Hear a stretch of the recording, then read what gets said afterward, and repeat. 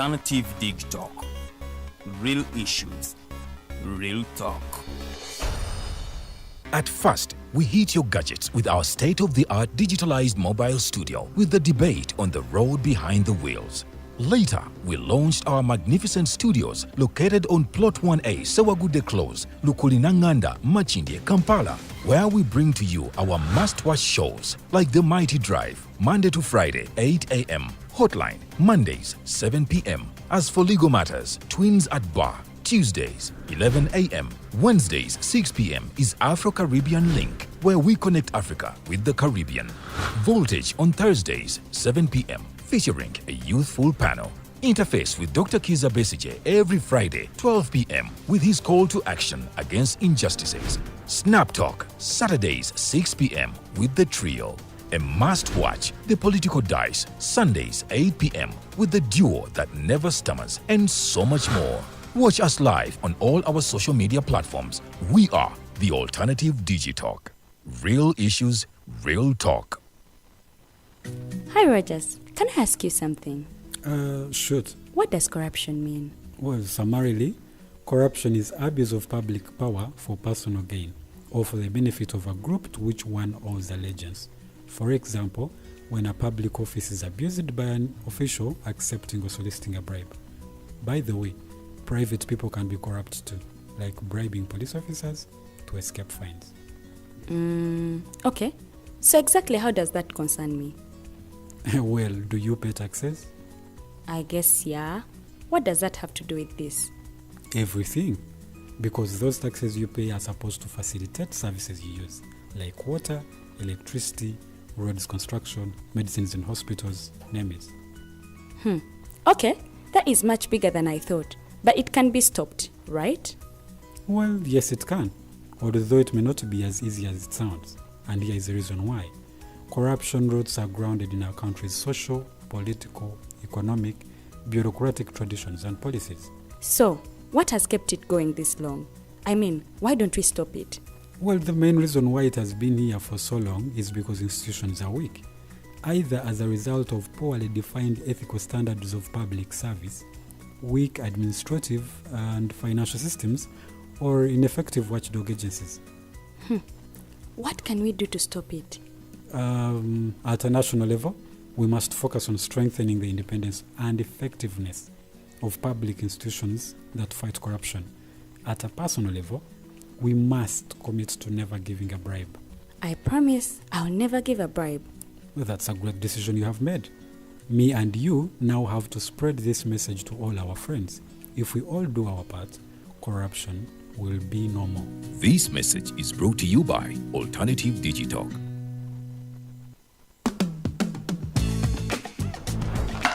Hi, welcome to the Political Dice. Empishi ebyobufuzi. It's controversial, Purely political. well researched, Accurate and global. Oyagala bya parliament oba council. Yes, State House oba ghetto. Ani ayugayuga ku ground. Ani gwe baabuze. Okimanyi nga Dr. Kiza Besije aleesa amaanyi. Olwo fadda bafutoli abateeseemu obuvaazi.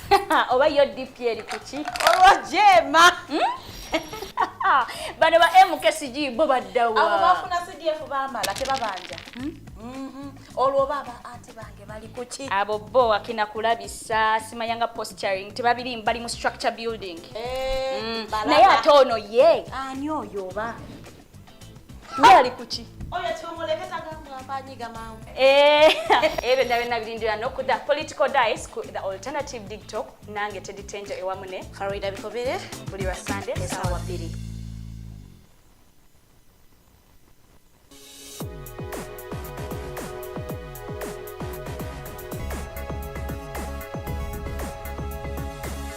The Alternative Dig Talk. Real issues, real talk.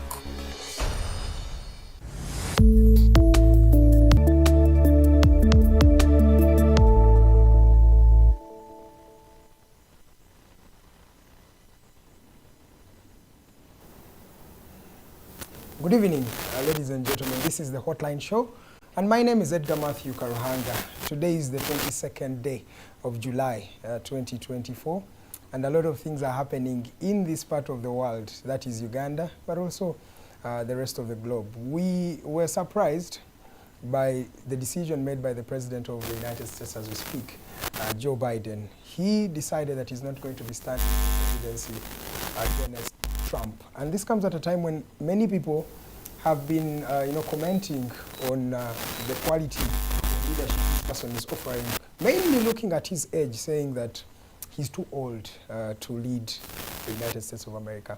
He's 81 years, and some people say he has a condition that brings him to forget a few details here and there.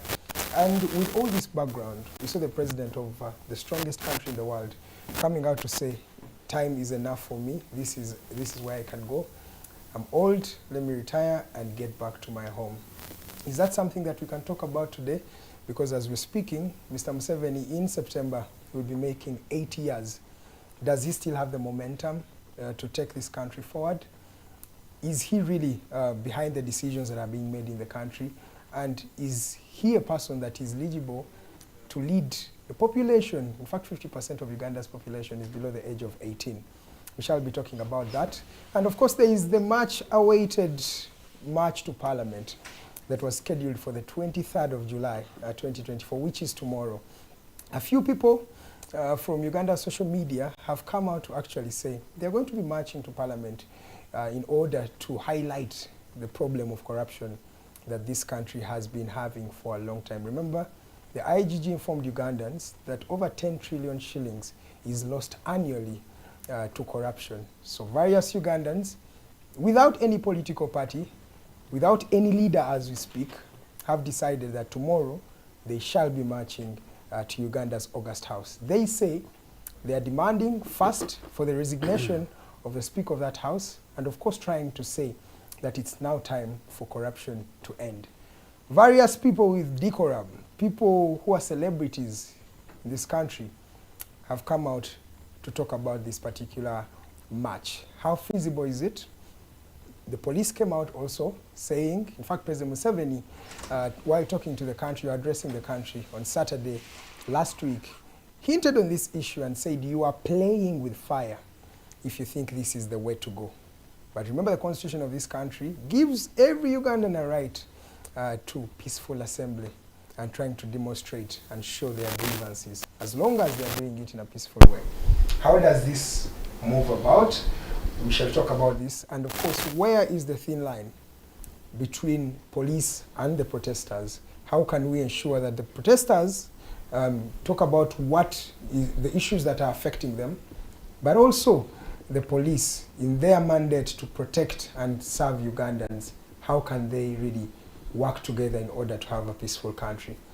This evening, I'm joined by the usual suspects, the panelists of this particular show. I'll start on my extreme right. He is a former member of the UPDF that is retired, Major Awich. He's now the director for the National Resistance Movement. He calls it the mighty NRM. You're welcome, sir. Thank you so much, Director External Affairs. Thank you, sir. Was he in UPDF or NRA? Was in NRA. Later on the constitutional transition, picked me up. Yeah. But I'm the original NRA. And the organization remains NRA. And the regime is NRA. Why does everybody who talk about the NRA bring out the original? Because in two ways. The main thing is to differentiate it from the transition constitutionally, from NRA to UPDF. And also to show that as time goes on, in the UPDF there were new recruitment which were really UPDF and didn't know much about NRA. All right, thank you, sir. It's always a privilege to have you on the show. The other gentleman I was talking about was President Museveni. When, after the protests of 2020, he was making remarks about what happened and the people who were killed. And he hinted on anybody who's trying to disorganize the original NRA. That's why I had to point out that. Next is Charles Kazova. He is the Executive Director for the Center for African Affairs and Diplomatic Studies. You can call it CADS. You're welcome, sir. Thank you so much. Thank you for the invitation to be here once again with Major Awich, who has been reoriented after the Chankwanzi meeting. Yeah, last week we didn't Because have... you hear him now, it's speaking of NRA, then Museveni is speaking of NRA. They are just merely threats. We are all Ugandans. We shall talk about that later. And lastly, but definitely not least, a gentleman from Uganda's People's Congress, that is Honorable Joseph Ochenuh. You're welcome, sir. It's a pleasure to be here. It's a very sad evening for me that a date like tomorrow, where young Ugandans should be anxiously trying to challenge older ones like us if we'll be carrying bottles of water to go and support them in the struggles for the liberation of the economics. You know, these NRA bandits led by Mr. Museveni could dare and say what he said, forgetting that, you know, when he went to the bush, you know, he inconvenienced the majority of our people in Luweero, and in a very crude way. But there was something also very strange about Mr. Museveni and his NRA. The original thing, the whole thing is NRA, and I've always been telling you guys, this regime is NRA. You see, the colors come when they're sort of mini challenged. Yeah, but it's rather cheek of Mr. Museveni to say that, you know, don't disturb our people who are selling their things in the streets. I always see them selling in the streets. Do most Ugandans know that when Mr. Museveni is traveling around Kampala, the city is blocked for 3 hours for this one man from the bush? We shall start from there, no problem. Thank you so much, gentlemen. Use the word bandits. That's a word that the former president used to use. Isn't that disrespectful to the people who have been at the helm of this country? It's the most appropriate word. The other one would be harsher, because what they were involved in was absolutely criminality. It was a rebellion against the state. They had valid reasons for that, but what did they? What were the valid reasons? Let me come I can't let you off with that one. As the debate started, what were the valid reasons? Let's bring the debate. Let's bring the topic of discussion. I wanted to also inform him that if they are really proud of NRA, they should look for their colleagues. I know so many of their colleagues who are hustling. Some even are homeless. I know so many. So you cannot take pride in belonging to NRA, whereas your colleagues are somewhere suffering. Okay. You gang up on him. Let me also give him an opportunity. You're ganging up on Honorable. It's even the discussion has not yet started. Awich is my brother, and I'm very disappointed I'm sitting far from him. Because of all his heart.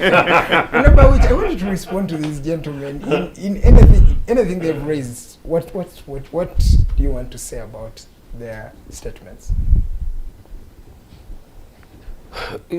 First of all, the statement is so spontaneous. It's not structured. I would rather have wished it to flow in the flow of the debate that we shall have. Because it's so spontaneous, like he's talking about colleagues, and he's talking about the status of a revolutionary movement in fighting a just cause.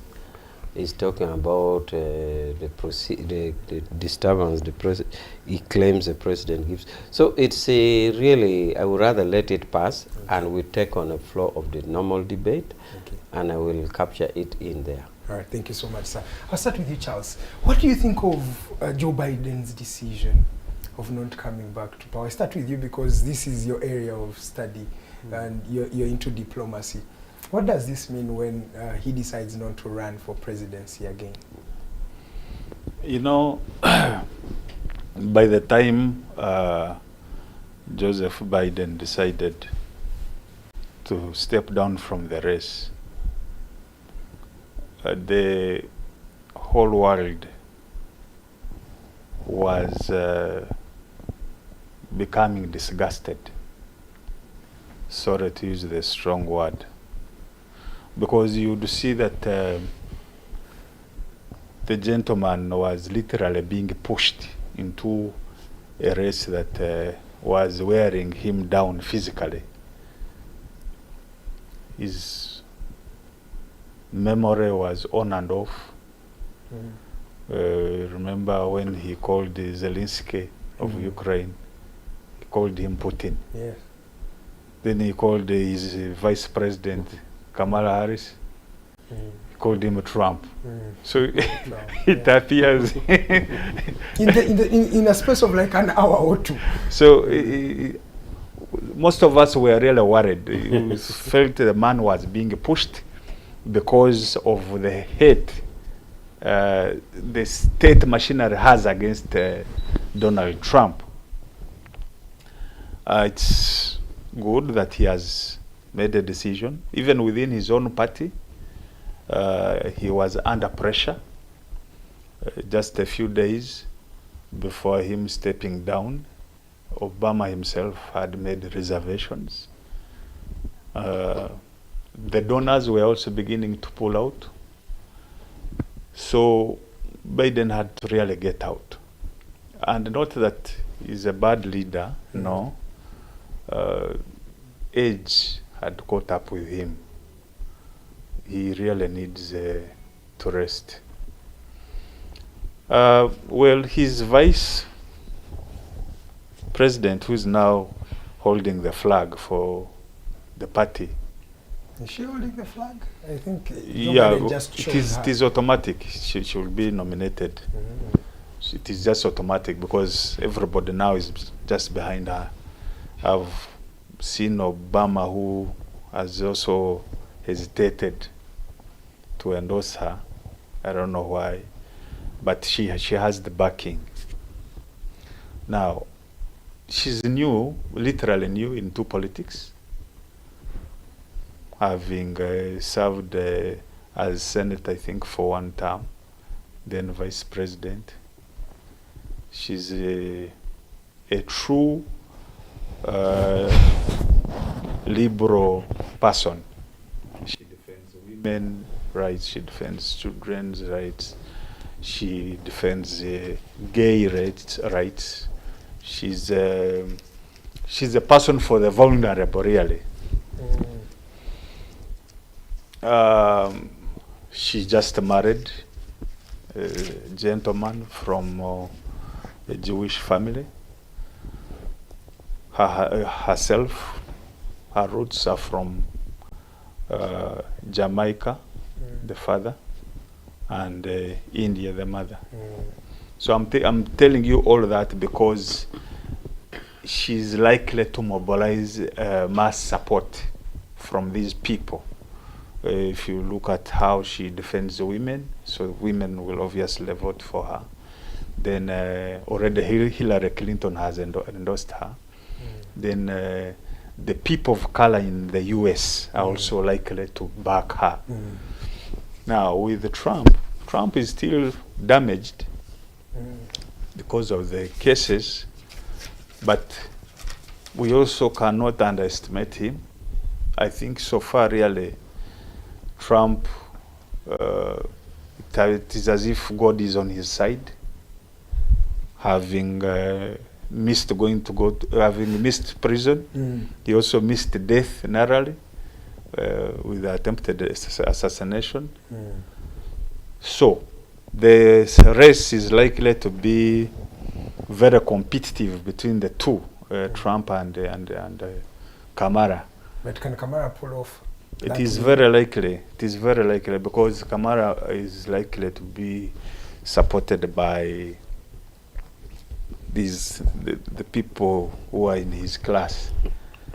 Even the state machinery favors Kamala.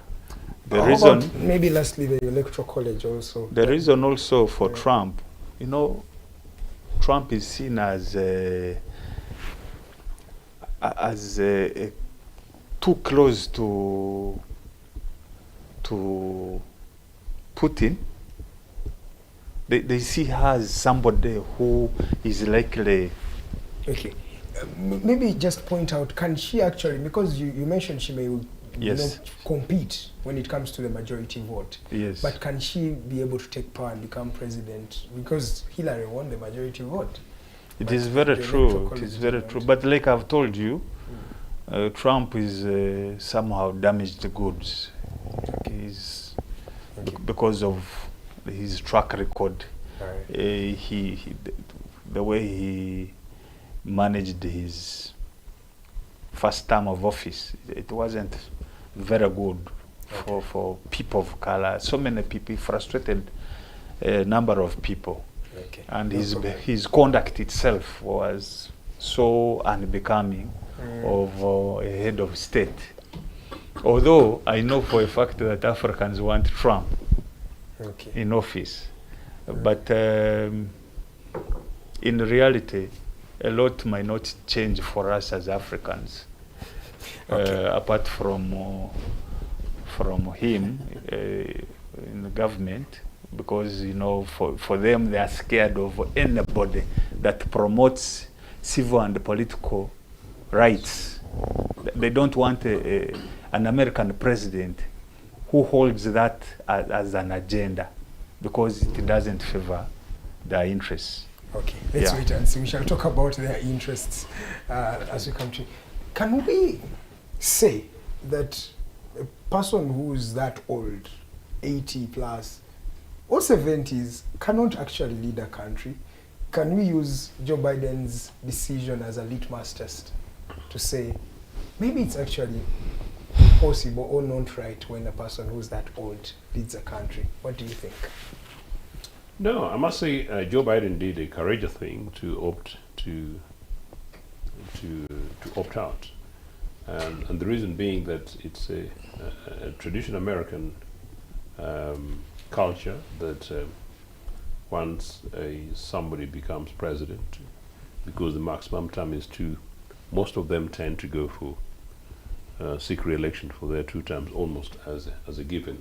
And so the last 2 people who missed out on that were Jimmy Carter, who long before we were born, but President Carter, although he served only 1 term in the 60s and 70s, ended up being amongst the best American leaders known in terms of civility, civil rights, international relations, and diplomacy. And after Carter came Bush's father, who served 1 term, and then of course after Bush's father, it was Trump who had that extraordinary, disastrous 1 term that, as my brother suggests, I find it very strange that Africans support Trump for whatever reason they do.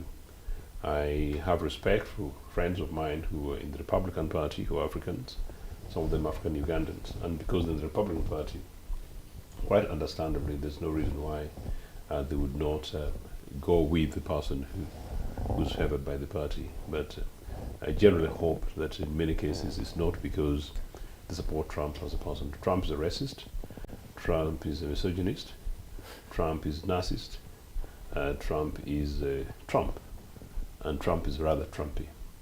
For the record, one of the reasons why Trump emerged into this thing was Africans should not forget, possibly they don't know, one of the reasons why Trump won the elections was because he came from the extreme right wing of American politics to counter Barack Obama, my distant brother, who had bombed the world with hope, and scared the Caucasian establishment of white and Saxon Americans when he won the presidency. But starting with merely Barack Obama's candidature, Trump was the millionaire, big, rich person who fought extremely hard to dump the idea that Barack Obama was a Muslim, a nonsense. But think the American psyche. Hossein Obama, one, and then to push for the idea of citizenship that Barack Obama was not an American citizen, was born in Hawaii, where the home place of his mother, both of which were not true. So it didn't rub. Obama goes on to beat the American establishment by winning the Democratic Party nomination, defeating Hillary Clinton, whom I know the NRA guys favored because of the relation between NRA regime and the Clinton administrations and the Hillarys of the time, and partly also for other reasons that I will not go into. NRA guys simply did not like Barack Obama. Shame on them. So Obama defeats Hillary Clinton in the primaries. Then Obama goes on to win the American elections. So what Obama did was to grant massive hope for the average African. And if there is any young guy in Kamocha, if there's any young kid somewhere in Lugunja, if in Kampala, if there's any young guy in the outskirts of Mukono, regardless of their circumstances, they should read Barack Obama, that where there is hope and there is commitment, what it calls from his book, The Destiny of Hope. You can't come from the most difficult of spaces if you're focused, clear, and if you're destined, you will win. Barack Obama, the son of a Kenyan drunkard father who grew up with his mother in America, in the land of this rather predominantly racist space, which is normally quite hostile to the average African, meaning average black boy, including those from Jamaica, rises up, goes to Harvard, a law school, does very well, and then beats Hillary Clinton at the very early stages. So what happens? Because in part what he's referring into the demographics of polity in America, the population of women generally higher. Women tend to be much more progressive and liberal. But the population of the blacks, meaning the minorities, both blacks, Hispanics, and Asians, was on the up in America continuously. So meaning that the demographics will always predominantly tend to vote progressive. Americans don't like the word left, but basically the Democratic Party, which is basically progressive left political party, relatively. But most importantly, that the youth generally, like you young guys of tomorrow, going to Kampala to demand for your wealth being stolen by NRA, young people will tend to be much more open-minded, more progressive. So young white Americans, while their fathers and mothers, particularly fathers, will tend to be very racist, the young average American will tend to be much more open-minded, friendly. So meaning the demographics of those three composition favored the Democratic Party. So once Obama had been elected, had there not been a reacting to counter-revolution by the extreme right-wing American, back down the white establishment, we are an endangered species.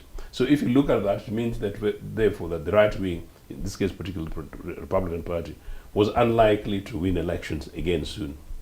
So came the politics of hate and the establishment, including billionaire American whites, threw everything and backed Donald Trump to win. So that's sort of part of the parts of the background. But quickly, American presidents usually are not generally very young people. Ronald Reagan was not necessarily very young. Bush himself was not particularly Bush Senior, particularly if he won the second round of elections. But I don't really think, maybe for the first time I will say these things, that it's not about age. And my good friend Spire refers to one of his comments that the events of tomorrow is not a youth thing. And as a chairman of UPC, I repeat, it's not a youth thing. It's a Ugandan thing, it's our issue thing. Corruption is not a youth thing. Corruption is a national crisis. Corruption is a national theft.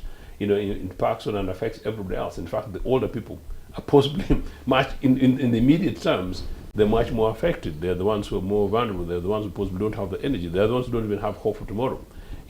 So you could put it in very many ways. So it's everybody else. I think I sort of lost my train of thought in there. But what on the age just thing? a minute. Yeah. I wanted you to, because you've given us a very good background, which I appreciate, but I want you to really address the question itself. Can we now say that the old elderly, I don't use the word old, the elderly, especially people who are in that bracket of age, do they lack the capacity to lead a country? I think maybe because I'd gone around, you're right, I'd sort of missed up the line of that. Actually, not necessarily, and Ugandans will find it surprising that I'm raising it. In broad terms, in Uganda, one of the reasons why people are opposed to Museveni and call him very old, in fact, some people suggest he's older than his age, is simply because Museveni has been around for 40 years. Museveni has done absolutely nothing to grow this country. Museveni instead has destroyed it. And in any case, as we said from the beginning, Museveni came to rule this country by force and is continuing to rule it by force. one of my favorite politicians in the world is an American, Bernie Sanders, because of the progressive left position. One of my favorite friends actually in Britain is Jeremy Corbyn. You know, of course, some of my friends in the Labour Party find it quite discomforting because he's radically left. Okay. These are elderly people, but you know what? Both those people, the majority of their supporters in both America and Britain are predominantly young people. So it's not about age, it's about what people represent. But Joe Biden leaving government, in the last 4 years, Biden has done more in terms of policy programs development and impact on America than most other American presidents in recent times have done in their four-year terms. The only problem is that, well, there's an underlying issue with Joe Biden. So it's less about age, but more about age and his health conditions. So therefore, meaning he's struggling. And so it doesn't actually augur well, particularly when you have a very loud America with people like Donald Trump. And that's it. I think it was the right thing for him to go because already was beginning to become an embarrassment. So age per se is not the issue, but it was important that he actually left. But maybe it's also showing us that, well, these people love their country and their political parties more than they love themselves. Thank you so much. I think I don't agree with my friend Joseph on age. Age is a very serious factor when it comes to work. It is very, very serious. I want you to... these people have been around. Wouldn't my friend say it after that? Is going to just keep me out of this? No, you're going to make a conclusion. Yes, we'll have time. Now, look at Museveni. In a minute, sir. Museveni's leadership from 1986 to around 1996. Yeah. Compare that period to 2010 to date. Okay, let's leave our viewers. You realize that age is a very serious factor. Thank you so much. Honorable Awich, the floor is now yours.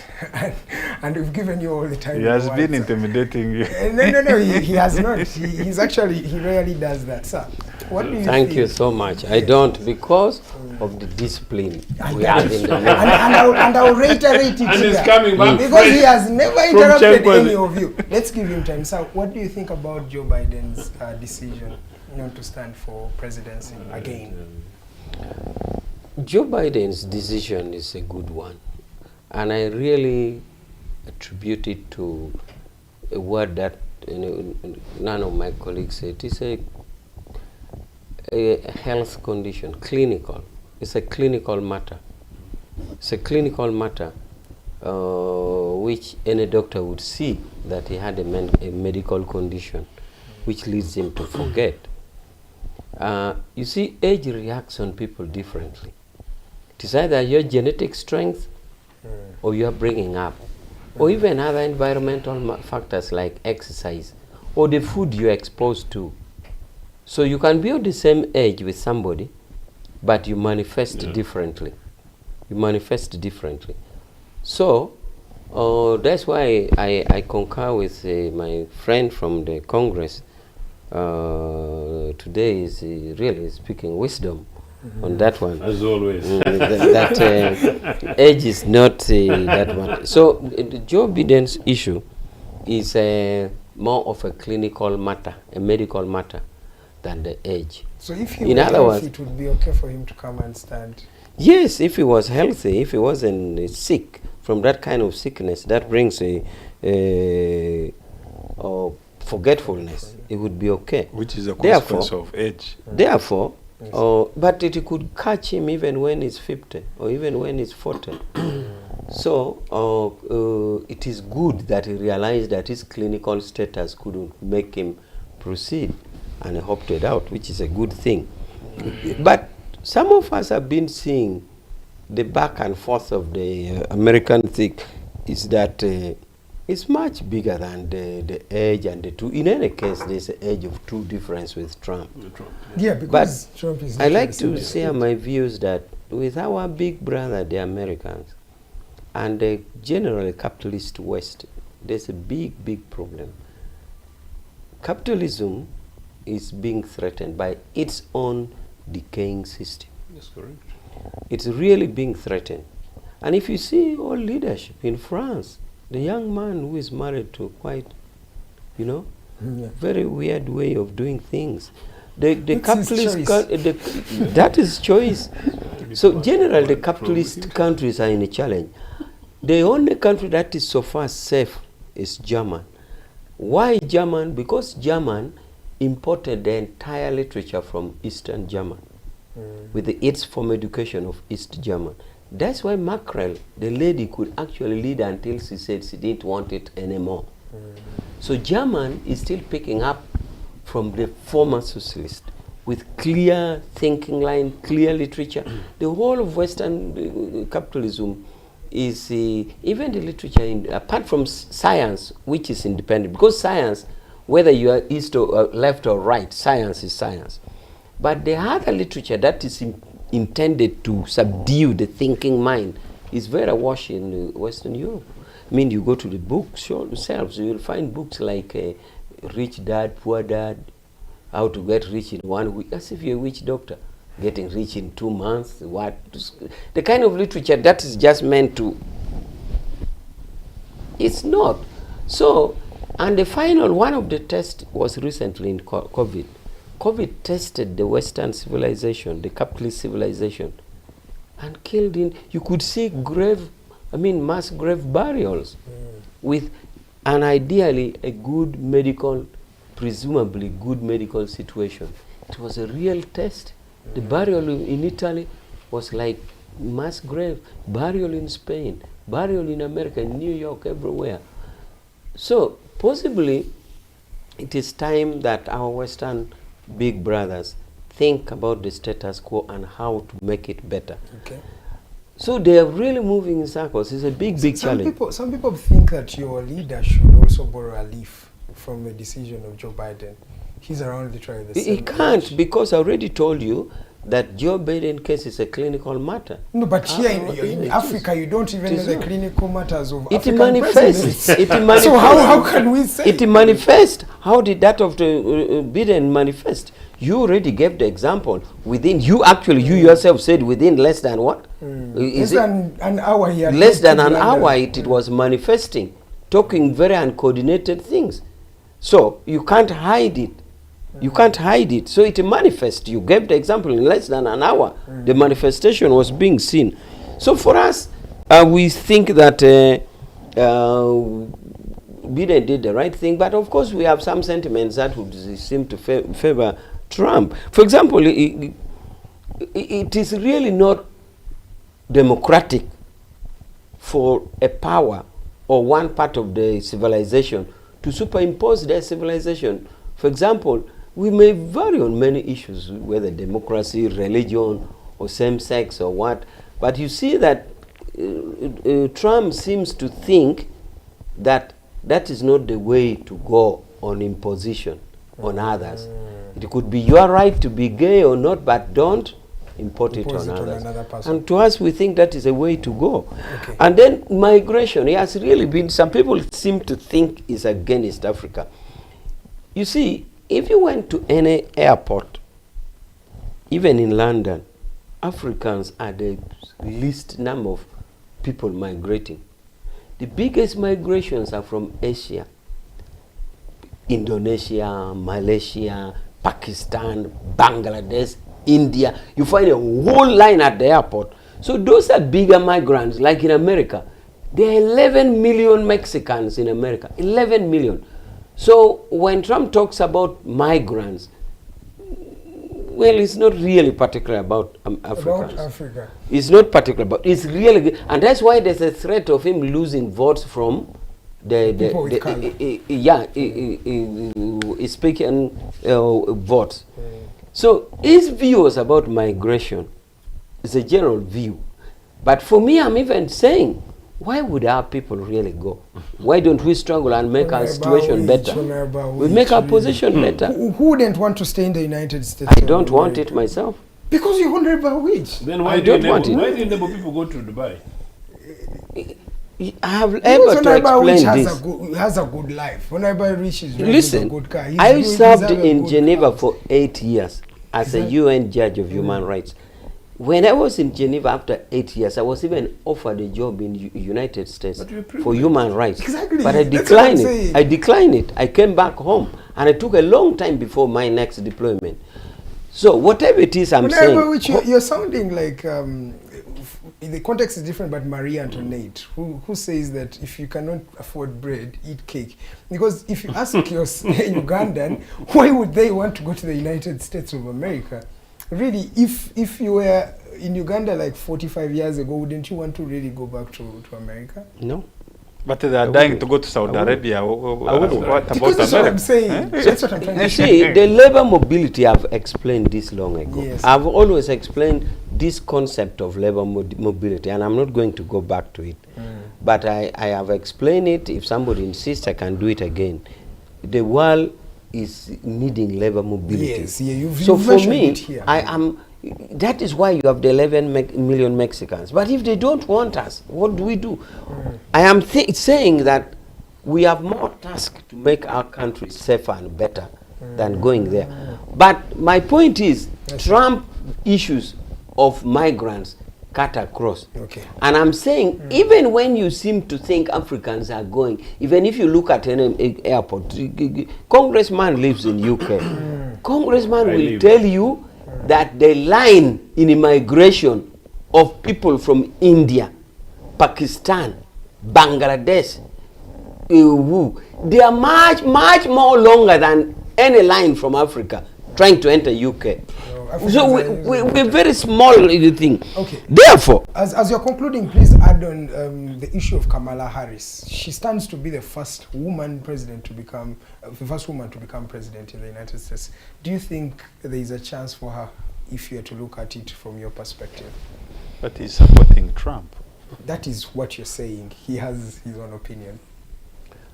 The dynamics, the electoral dynamics in America is funny.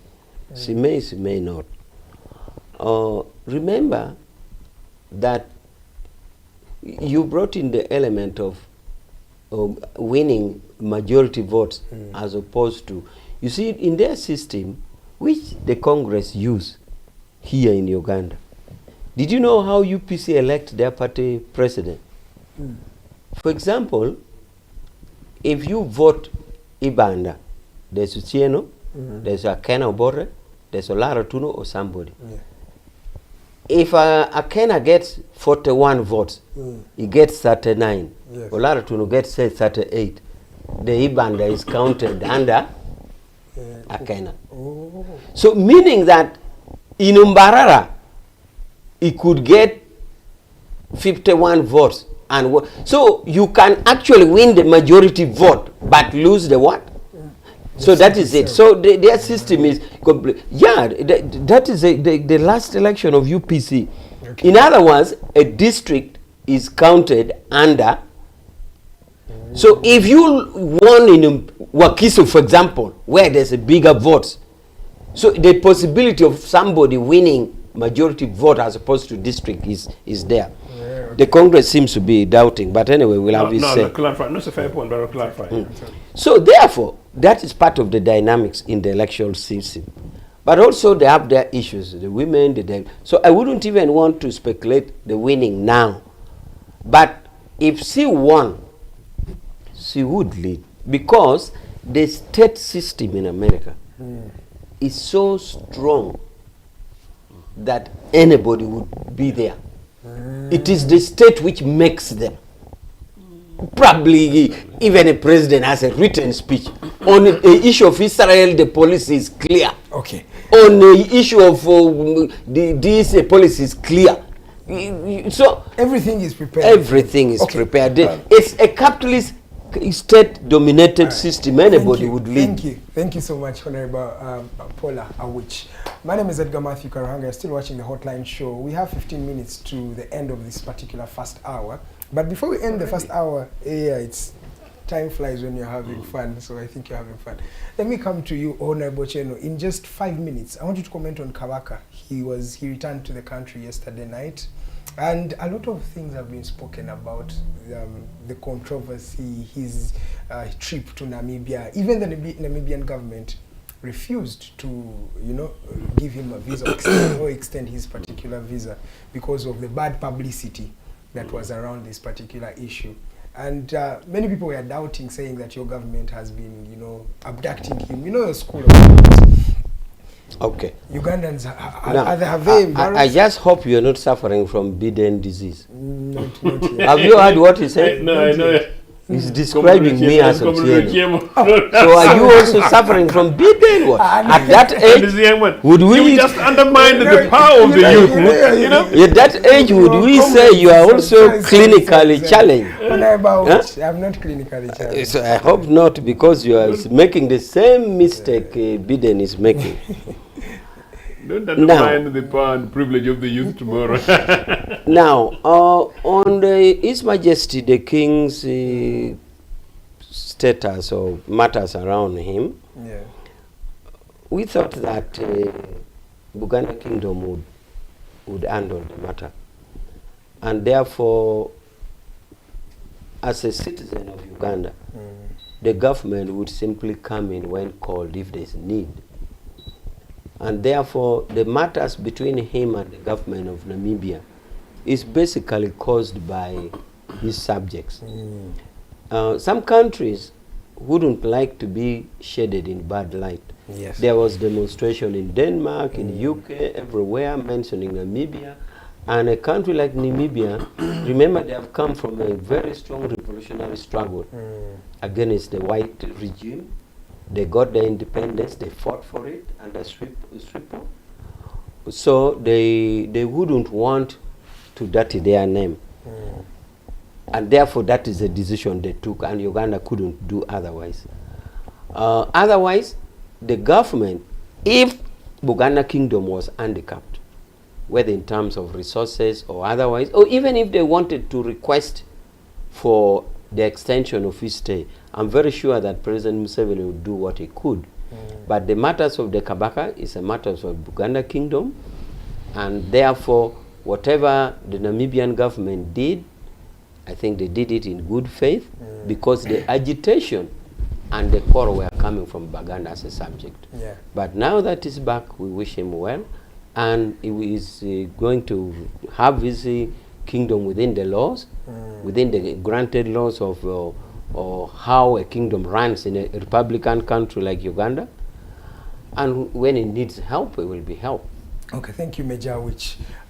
Also the mistrust of Ugandans, let me come to you, Kazoga, Charles. Ugandans mistrust everything, and this time round, they have been proven wrong. Especially people who have been saying that the government has abducted the Kabaka and things like that. What do you make of his return to the country? Looking healthy, looking okay. You know, I come from a lineage of kings. Wow. I'm a royal. Even my name would tell you that. I have kept wondering why NRM keeps undermining kingdoms. Undermining the kingdoms, it restored. There is a time that Kabaka Mwenda Mutebe would not even receive President Museveni's calls. There is a time that King Oyo went on hunger strike. I had an opportunity to meet Prince Barij, the late Prince Barij, at his home. And his words were not very comforting. President Museveni looks at kingdoms as other power centers which should be controlled and managed, because they have followers with unquestionable loyalty. Now, I saw the president the other day say that he was not involved.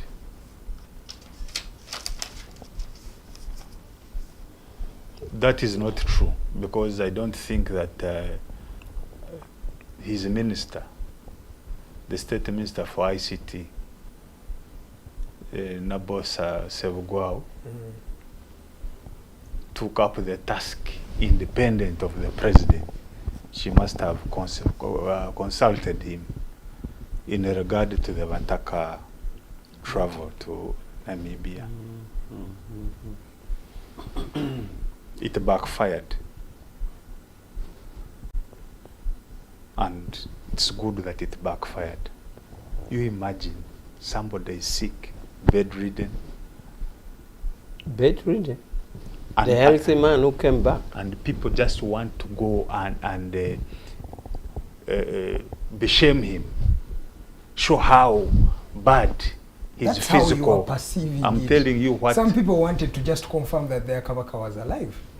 And not bedridden. No, he's a royal and he's also a diplomat, you know, so...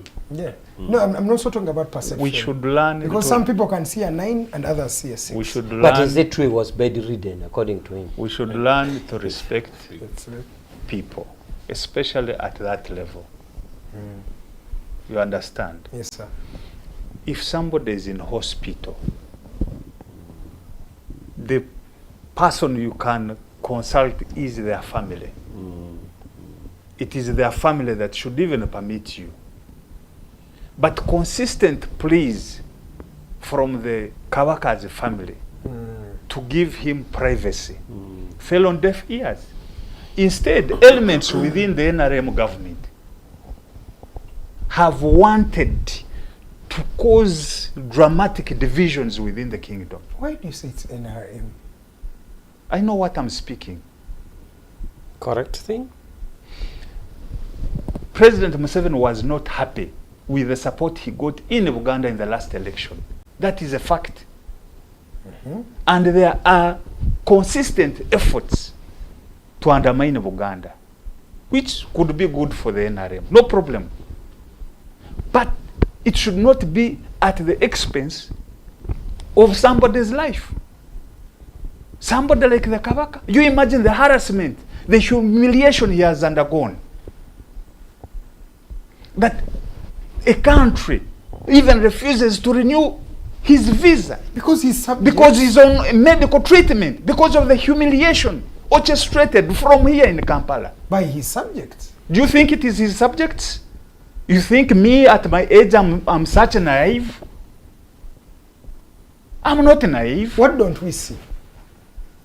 What don't we see that is behind? I'm very angry with the way President Museveni plays his politics when it comes to these power centers. Let me tell you, Uganda is now on fire. One day this country is going to explode. Because naturally, there are power centers that are supposed to hold the country together. Religions, the churches, the mosques and others, they are supposed to hold people together. The kingdoms, these cultural institutions, they are supposed to hold people together. Now when you destroy all these, what will happen? Whom will people listen to when this country begins burning?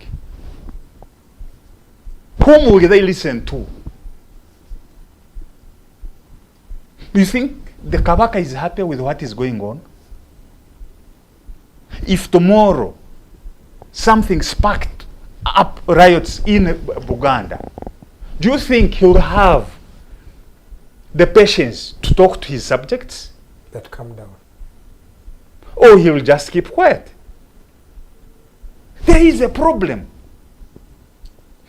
I want you, just before we go for the break. The president has always insisted that these kingdoms should not involve themselves into politics. Now who is taking politics into kingdoms? But where is your evidence? Because you're raising a lot of bizarre accusations to the person. And I'm very angry. Do you have evidence to back up some of the statements that you're making, sir? I've told you. The person behind the Bataka travel. It's Nabosa. Nabosa. A minister in Museveni's cabinet. In fact, even the president admitted that they met him. What was the Bataka's demand? What were they demanding? You understand?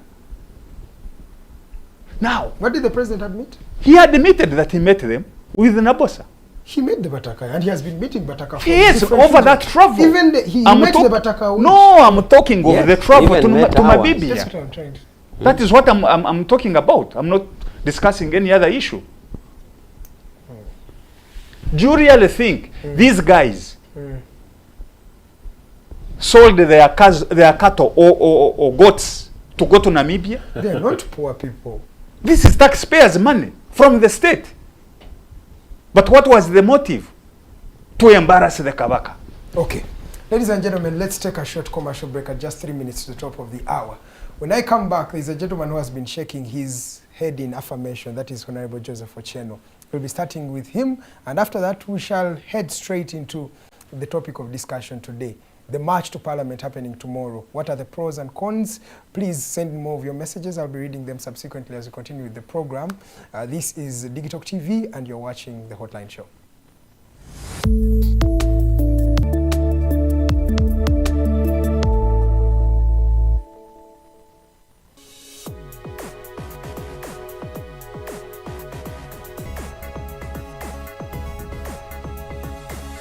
The Alternative Dig Talk. Real issues, real talk. At first, we hit your gadgets with our state-of-the-art digitalized mobile studio with the debate on the road behind the wheels. Later, we launched our magnificent studios located on Plot 1A, Sawagude Close, Lukulinanganda, Machindye, Kampala, where we bring to you our must-watch shows like The Mighty Drive, Monday to Friday, 8 a.m., Hotline, Mondays, 7 p.m. As for legal matters, Twins at Bar, Tuesdays, 11 a.m. Wednesdays, 6 p.m. is Afro-Caribbean Link, where we connect Africa with the Caribbean. Voltage on Thursdays, 7 p.m., featuring a youthful panel. Interface with Dr. Kiza Besije every Friday, 12 p.m. with his call to action against injustices. Snap Talk, Saturdays, 6 p.m. with the trio.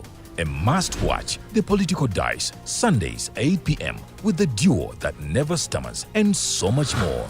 Watch us live on all our social media platforms. We are The Alternative Digitalk. Real issues, real talk. Hi, Rogers. Can I ask you something?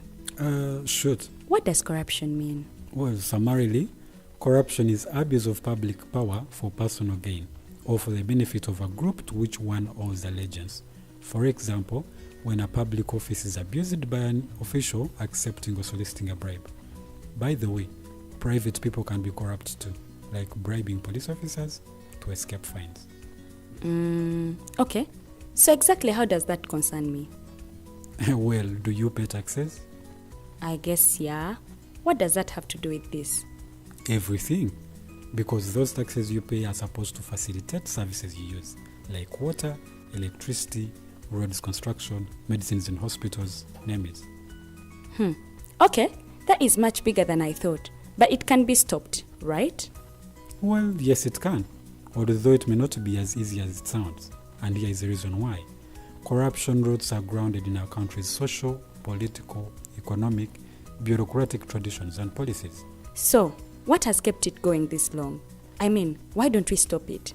Well, the main reason why it has been here for so long is because institutions are weak, either as a result of poorly defined ethical standards of public service, weak administrative and financial systems, or ineffective watchdog agencies. What can we do to stop it? At a national level, we must focus on strengthening the independence and effectiveness of public institutions that fight corruption. At a personal level, we must commit to never giving a bribe. I promise I'll never give a bribe. Well, that's a great decision you have made. Me and you now have to spread this message to all our friends. If we all do our part, corruption will be normal. This message is brought to you by Alternative Digital.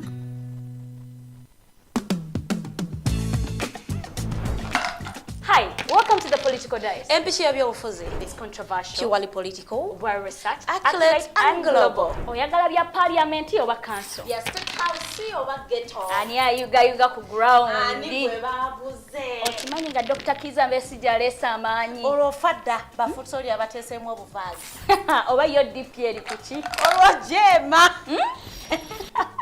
Bano ba MKCG bo baddawa. abo bafuna CDF baamala tebabanja, olwo baba ate bange bali kuki, Abo bo akina kulabisa simanyanga posturing tebabiri bali mu structure building. Naye ate ono ye. ani oyo oba Ye ali kuki? oyo kyomuleketa gamwanyiga mamu. Ebyo ndabena birindira nokuda Political Dice ku the Alternative Digital nange teditenja ewamune Farida Bikobere, buli wa Sunday Esawa 2.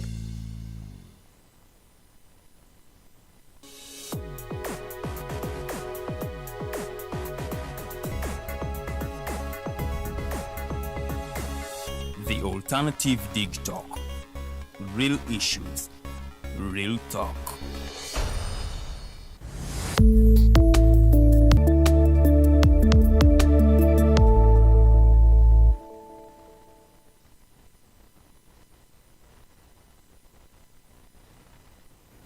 Two minutes past 8 p.m. We are into the second and final hour of this show. My name is Edgar Matthew Karuhanga. Let me come to Joseph Ocheno. We were talking about the Kabaka. What do you make of the return of the Kabaka? After everything we've talked about. I think the most important thing is that the Kabaka returned and looking well. And I was actually generally personally quite relieved to see him looking well. In terms of the background stuff from the palace and the Bataka, I have no information. But I have known from the Kabaka's own family, close members, some of his own very close relatives who are my friends, how the Bataka can sometimes advise and misadvise. These are stories I got in terms of very serious formal conversations I was having with some of the family members when they're reflecting on the experience of the Kabaka's father, particularly in the 60s, some of the advice and actions that led to the conflicts, the critical conflicts between the kingdom and then central government, and that led to the abolition of kingdoms, the exile of the king at the time, Sir Edward. Those particular family members and friends of mine, very close family, thought that in many cases the king may have been misadvised. Now, of course, there are nuances and suggestions. Charles talks from authority. I have no reason to disbelieve him. He is a royal, and one of the things that we would ask is why his kingdom is not very up to that. Might tell you some of the reasons of why, some of the suggestions about how politics has been played with these monarchies. So I have a reason to believe him, and particularly, of course, the fact that you can have a divisive, divided Bataka. Since we're talking some of the things during break, we know that many followers of these programs are themselves royals, including some of your own colleagues in the back room. Knowing very well that some of this division is political. In terms of details, we don't have the evidence, but we should be able to use them based on the argument. So if Charles says that, look, the comments by Museveni, the comments by his minister, and the arguments for why these people had to go to Namibia is very quite clearly conflicted. That said, I think from the Namibian authorities, I wasn't sort of surprised when the visa was declined. Not necessarily therefore that I partly disagree with Comrade Awich. I think it became quite easy for the Namibian authorities to decline for whatever other reasons. Because, yes, away from the revolutionary element, by the way, we supported SWAPO. The Namibian government is friends of UPC and friends of this country. And by the way, you young Ugandans, you contributed net to the liberation struggles of Namibia and independence of Namibia, South Africa, Zimbabwe, Mozambique, Angola, and many of those other nations. So we did directly. But Namibia also is not one of those Southern African countries that would, or African countries that would want less possible about their revolutionary history, but really genuinely the polity of the country. They're not the kind of guys who would want to get entangled in diplomatic issues or be seen to be interfering. So I see it really from that perspective that they opted that, and the end is near. But for the king. But maybe what is in an indictment that we are not discussing is that it's an indictment on Mr. Museveni's 40 years. That after 40 years, why should Uganda's king be going to seek medical attention to a country that only attained independence just the other year? Why not in Uganda? Why not in our Botabika, where part of the land we're now being told is being sold to families and friends and in-laws, just down here? You know, why not in, I'm using Botabika as an example, I'm not making a conclusion about the nature of the situation. Some specialist hospitals here in Uganda, for us, UPC, we were able to do it, and to do it very quickly. Late President Milton Obote got assassinated at assassination attempts, and he was treated in Uganda. So maybe much more of an indictment of that. So basically, a situation in which we then end up going to humiliate the most important king amongst the monarchs in Uganda, and from the largest and proudest of the kingdoms and monarchies, is rather unfortunate. But we are delighted. The Kabaka is back home and looking good, and we definitely wish him and his kingdom well. And whatever happens, we hope that it does not stop his subjects from seeing the wider Uganda, which Buganda is under, in its rightful place. And I hope, therefore, that the young Buganda recognize that it's absolutely their responsibility to be part of the future Uganda, and so therefore to constructively participate in making sure that we have a better Uganda tomorrow, including in supporting a change constructively. I'm going to give you 3 minutes, sir, to respond to them. Yeah, I am truly going to respond because I was the first to comment on this subject, and then my colleagues did, and I feel that there is some points that need correction. First of all, whatever we discuss in this era of technology is online, and people are watching us all over the world. So we have to be very mindful of our diction, our choice of words. Diction from the word dictionary. For example, if Charles says that Kabaka was bedridden, and then a Kabaka that you said 3 years ago we saw is different from the one who came. Really, the choice of words is meant to bias the mind of viewers and listeners in a negative tone, which is not good for our healthy discussion. We have to be factual and correct, and we're not in shortage of choice of words. We have to choose words and use it appropriately. It wasn't that. Two is that you were sick. Yes, but not bedridden. Two is that to insinuate. Where do you get your information? Let him first regarding the bedriddenness. You said it here. Yes, I said it. And for you, where do you get your information? From looking at the person who came back. You're not a doctor, are you? You see, in ordinary grammar, we all know a bedridden person. No. In ordinary grammar, a bedridden person who is lying down, cannot walk, cannot sit, and even made to drink and eat. This is the understanding of bedridden. Even if you go to Google and dictionary. Okay, your other point, sir. The other thing is that to insinuate or to import President Museveni in the demands for Baganda is unfortunate. You see, you cannot say Bataka went to humiliate the king. There was a time when the colonialists would arrest the Kabalega of Bunyoro or the Kabaka of Buganda and even deport them in an island. The Baganda that I know, even if they visited Kabaka in Namibia or in a detention center, they would portray down on the ground, lie down. How do you tell me that a group of people who demanded to prove that their king is there, because some people thought the government had hidden the king or killed. It is them. It is them who wanted to go and prove. And even reaching where the king is, they lie on the ground. How then do you turn to say these people who went and portrayed on the ground, who wanted proof that whatever they were seeing was artificial intelligence. It is not Kabaka.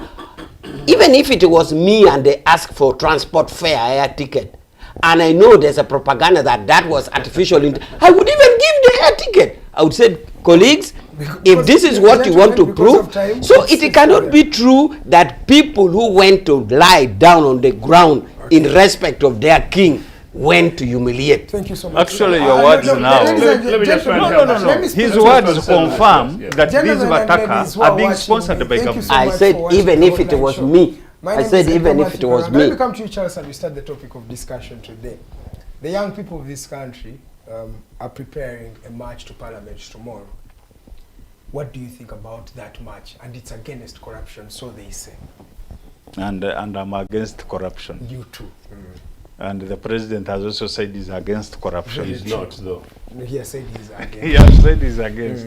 In fact, he has called upon all Ugandans that are volunteering to fight corruption to do it. So, except. So, well, the international law provides for the demonstrations. Even our law here. Yeah, where of course our law comes from those laws, from those international instruments. Like, for instance, the Universal Declaration of Human Rights, the International Convention on civil and political rights. Yes. Then you have the African Charter on human and people's rights. We have our own Uganda Constitution, Chapter 4, specifically, I think, Article 28, 29. These provide for freedom of speech, first of all, freedom of expression, freedom of association, freedom of assembly. They also say that you have a right to participate in government. So you participate in activities that lead to you being governed. Is it a right? It is a right. Or a duty? It is a right. Okay. Now, there has been a lot of debate in the public domain regarding corruption. Some of us have even advised that we stop calling it corruption and we call it theft, because corruption is a word that massages these thieves. Now, the president has even intervened, ordered that some people be arrested, and indeed some are now in Ruzira. They have even been denied bail. So it shows you how big the problem has become. Young people, the other day I told you, below 30 years, they're about 70 plus, 77. Below 18, they're about 50%. Yes. So you see that this country is made up of young people. That's true. Yes. And they are saying,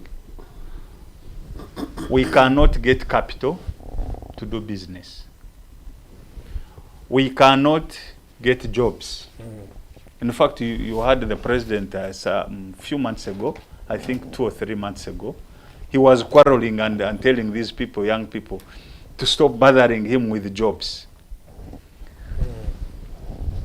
Now, they have also complained about the state of infrastructure in the country, especially in the capital city, Kampala Metropolitan. They have complained of lack of drugs in hospitals.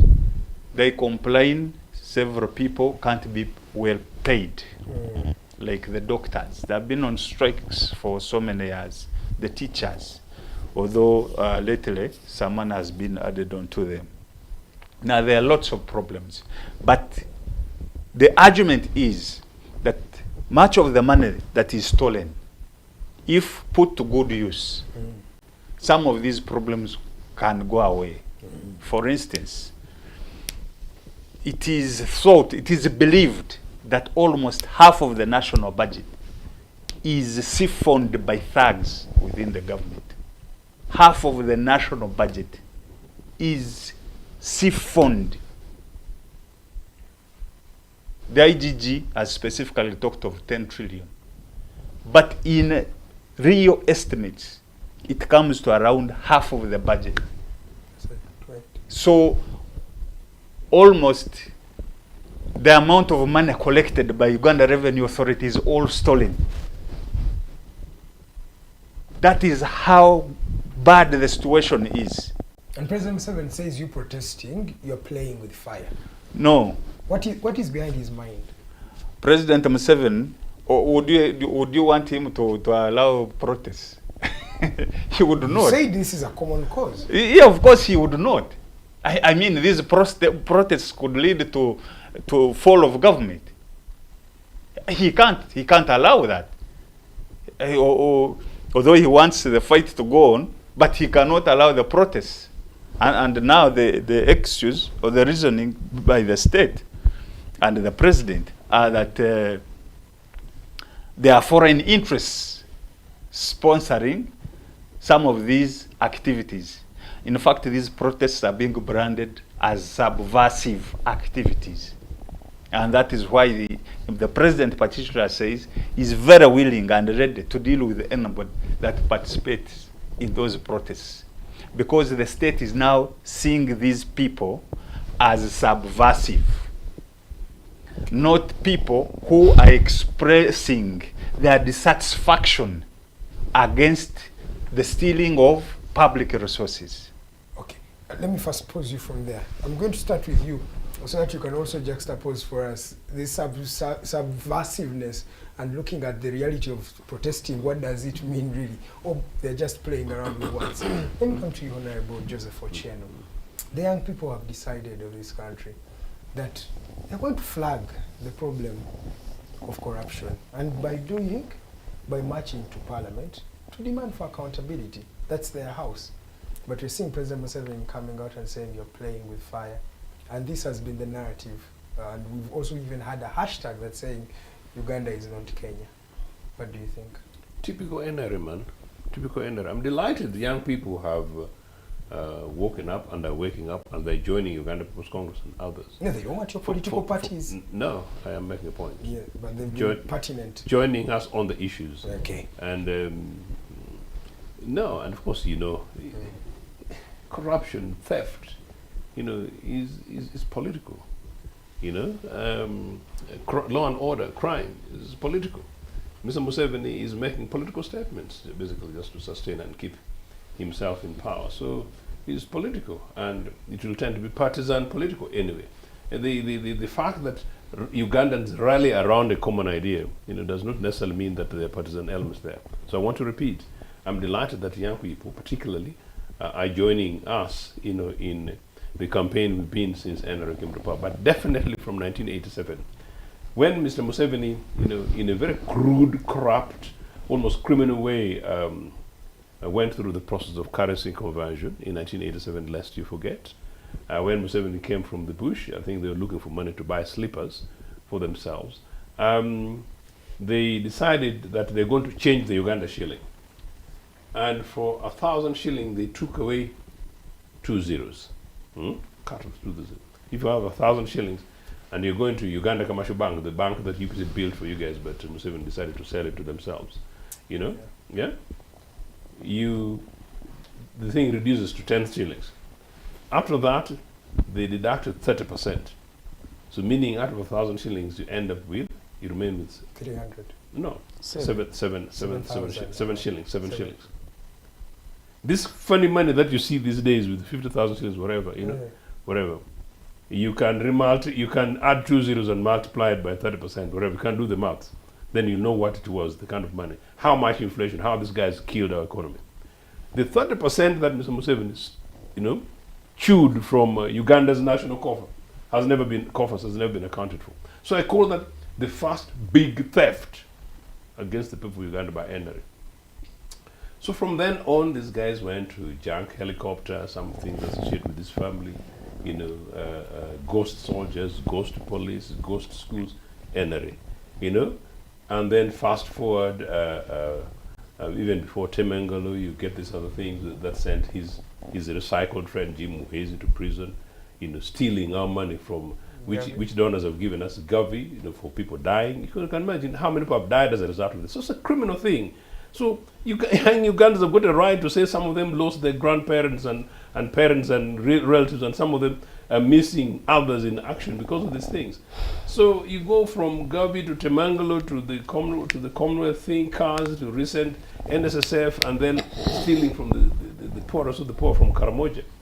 You know, Ugandans need to be angry, and it's not about young Ugandans. I said all Ugandans. So this corruption thing is, I'm delighted it's happening. So young guys have got a right to demonstrate. Number two, I first in 1987 participated in and co-organized at least one of the demonstrations from Makerere University. One of them was against the Americans when they bombed Benghazi, where they killed Gaddafi's child. At the time, I still had very strong anti-Gaddafi view, because Gaddafi and others and some of Museveni's friends had supported Idi Amin, that overthrew a government and destroyed our lives here. And but I said in principle, it was wrong for the Reagan administration to go and bomb an African country, any other country in this case, and killing Gaddafi's child. So that was almost like mean American terror against the Gaddafis, and thought it was unfair. So as Makerere University students, we mobilized and we demonstrated. So we came from campus and others, Bombo Road, wherever, into town and Kampora and again wherever back, and you know, the headlines. It was peaceful. Okay. But of course, demonstrations are supposed to be peaceful, you know. Then when the Boers killed Samora Machel, you know, Museveni was trying to delay that. You know, Museveni was playing between so-called his friends from Southern African revolutionary thing and pleasing the killers of Samora Machel. You know, you know, this guy has been always playing the world. You know, so he took time. So Makerere students said no. Why is Mr. Museveni not making statements? So again, we mobilized and we came to the streets of Kampala. We want to hear from Comrade Museveni about this thing. Yeah? It was actually after, I think the following day Museveni issued a statement. So those are two demonstrations. So that means they work. Demonstrations work. Then after that, we got involved in another, I think that's about South African liberation. But fast forward, when I found myself in NRA exile in UK, I have demonstrated, I have supported demonstrations, I have organized demonstrations, I have led in demonstrations against apartheid South Africa, against several times, in support for the release of Nelson Mandela. Mandela at 70, when Mandela was being celebrated at 70, still in prison. One of the largest demonstrations in the world. Global cities, people were moving, multitudes from kilometers, from south, north London to west London, central London, putting the city to a standstill. These are big commercial centers around the world on particular days. So the nonsense that, oh, commercial thing, people who are selling, the impoverished people who are selling on the streets of Kampala, don't disturb them while you're busy eating their money from Karamoja. I think it doesn't hold. No, it does not hold. So we did that. But I've also organized and participated in an anti-Museveni demonstration in London, up to and including the House of Commons, you know, in Parliament. And we were not stopped, and it was peaceful. Museveni says you're playing with fire. Here, and Uganda is not Kenya. Museveni is up to Ugandans watching, and up to Ugandans following that. You know, so if Mr. Museveni is fire, maybe that's what we UPCs told you guys, that Museveni and NRA are like fire. So indeed they went to Luwero and they caused the fire in Luwero. They've come to Kampala, they've caused the fire in the Central Bank of Uganda, the Central Bank. They've caused the fire in our trains and roads and networks. They caused the fire in Acholi, you know, through those brutal wars. They caused fire in Teso, you know, they're roasting our people in rail wagons. They caused fire in concentration camps. So if that's the fire he means, yes, of course they are fire. But I'm afraid at the end of the day, it's not about fire, it's about basic fundamental rights of the citizens. I was giving you those contextual backgrounds, saying that these things happen around the world, and they will happen peacefully. All I urge is that Ugandan citizens be allowed to express a very basic democratic right of theirs, and that those people don't carry stones, those people don't carry knives, those people don't carry dubious booze, And I've told another network yesterday, those people don't target people's properties, don't target others, don't target people who look like the other that they don't like, don't even target, say, NRA politicians, even if Kasai is walking there. Just ask for the police maybe just to arrest him for argument's sake if they have a case, to organize and take him and others. Many times it starts as a peaceful protest, lastly, but then sometimes the state machinery itself starts with the force itself. They bring in... That is actually not my word, because the Kenyan... No, I'm saying... but you're right, actually. Yeah. But, I totally agree. The saying, Kenyan situation, actually, which Museveni says, that other people say this is not Kenya. I think it's very, very, very, very, very cheek that Ugandans are saying we are half humans.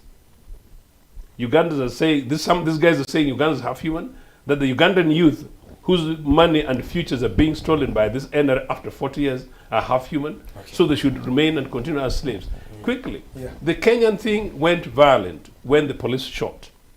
Remember that. Up to the previous day, these guys were escorting the forces. In any case, actually, I want the young Ugandans and other Ugandans who participate in this thing to follow what I'm trying to say, participate in the peaceful demonstrations and engage with authorities. And as I said, in any case, when you find an NRA police thing or an NRA army thing, whatever, work with them and walk with them rather than to confront them. All right. Awich, do you think it's okay for Ugandans to protest and march to parliament? It's okay. And why? Now, first I want to start from my colleague Charles here. Charles was citing international law, which Ugandan signatory as being supreme. I just want our viewers to know that in this kind of discussion, we also learn that international law is not supreme to national laws. The Constitution is supreme and our laws. And for us lawyers, when you are citing law applicable, you start with the national laws and you come to international laws. For example, for clarity, international laws are negotiated instruments among states. Even when you are ratifying, a state even has a provision to make reservation. Congress, are you listening? I'm listening. I guess you know this. That in Article 21, we as Uganda, we reserve the right. Okay? So a country even has rights to make reservation that we are not going to be bound by this provision. Yes. So you cannot now therefore cite an instrument which is negotiated by states where you even have a right to say, well, we are ratifying, but Article 5, Article 12, Article 14, we are reserving. We are not part. We are not part. Yes. Therefore, that shows to you that international law is not over and above what we call municipal law. Municipal here meaning national law. Thank you for the education, sir. Yeah. Now, yeah, but also misleading. Let him first, no, let me first correct him. Sir, let him first submit. Let me first correct him on that particular point.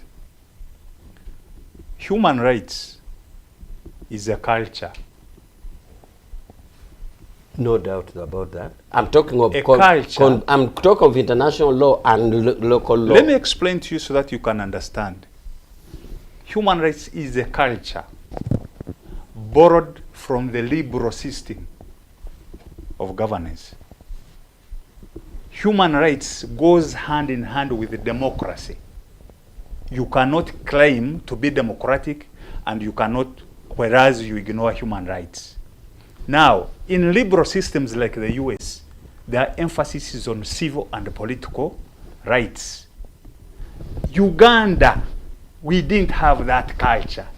We copied it. That's why we copied wholesome and put it in chapter 4 of our constitution. What are you trying to educate? Now you cannot claim that we are masters on this area better than the international system.